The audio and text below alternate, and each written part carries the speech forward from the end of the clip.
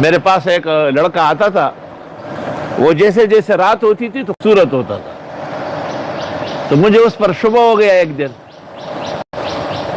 میں نے اس کو پکڑا اور اپنی طرف کھینچا جیسے کوئی کسی کا بوسہ لے رہا ہو، تو وہ بالکل لڑکی اور آنکھیں اور کجل اور پستان اور سب چیزیں نظر آئی، اور میرا وہ ہاتھ جو تھا وہ سن ہو گیا۔ بڑی مشکلوں سے پر راضی ہوا، اور اس نے کہا ہم پریوں میں سے ہے، لیکن ہم اس طرح شکل بدل کر کے زندہ رہتے، یہ دیو ہمیں مارتے ہیں، اکھاتے ہیں۔ تو میں جہانگیرے سے آیا تھا، ایک کتاب درکار تھی، ایک بزرگ کے پاس تھی، دے نہیں رہے تھے۔ مجھے کہا کہاں ہے؟ میں نے کہا ان کے گھر میں۔ کہا کتنے کمرے ہیں؟ میں نے کہا 2۔ کہا دائیں بائیں؟ میں نے کہا دائیں۔ کہا کس میں؟ بتایا، کڑپ کتاب ایسی ہے، دادے میں آپ دادے کام تو کرتے ہیں۔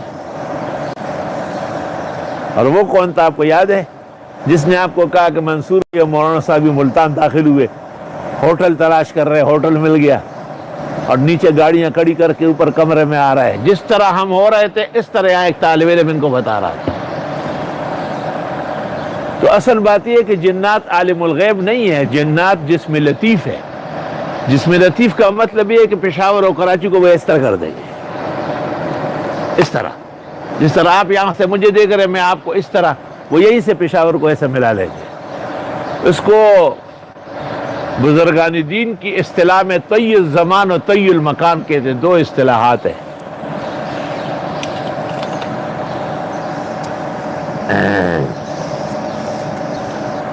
وہ ایک شخص کو لے گئے تھے نا جنات، بہت زمانوں بعد چھوڑی اس کو، تو پھر وہ عجائب و غرائب سناتے تھے جنات کے قصے، تو مشہور ہو گیا خرافہ، کہتا ہے حاضی حدیث الخرافہ، خرافات۔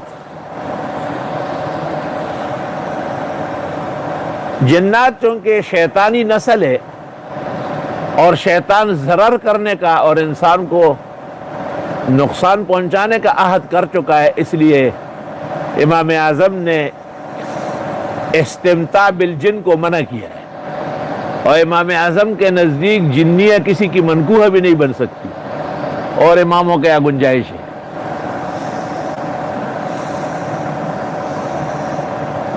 وہ ایک شخص سے ملنے گئے تھے، اس نے کہا بھائی جلدی وہاں سے کباب اٹھاؤ، وہاں سے یہ لے آؤ۔ میں نے کس کو کہہ رہے کہ یہ لڑکے بیٹھے ہوئے، تو وہ 3 منٹ میں سب کچھ آ گیا۔ کہنے لگے کہ میری بیوی جنیہ ہے، 5 بیٹے مجھ پہ ہے وہ نظر آتے ہیں، 5 بیٹے اس پہ ہے وہ نظر نہیں آتے۔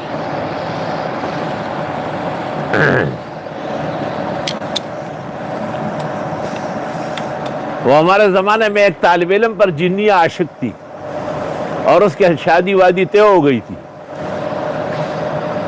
تو مفتیان صاحبان نے کہا کہ یہ جائز نہیں ہے حنفی فقہ میں۔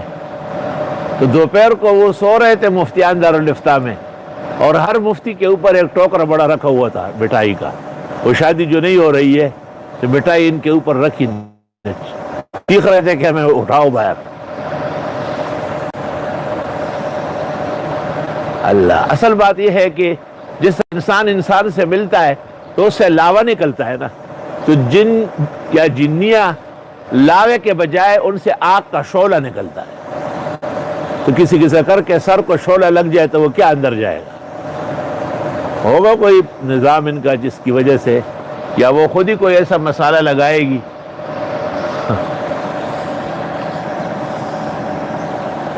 اس مسئلے پر سیوطی نے بھی کتاب لکھی ہے، غرائب الجان، اور مشہور زمانہ عالم قاضی بدر الدین شبلی حنفی، احکام المرجان فی غرائب الاخبار و احکام الجان۔ یہ کوئی معمولی بات نہیں ہے، ٹھیک ٹھاک کام ہے، اور یہ کام ہر ایک کا نہیں ہے، اس کے لیے یہ موجودہ نظام ختم کرنا پڑے گا، ایک دوسرے نظام میں جانا پڑے گا، اور تا وقت کہ وہ مسخر نہ ہو، مذلل نہ ہو، حاشا وکلا کہ آپ کا کوئی کام کرے۔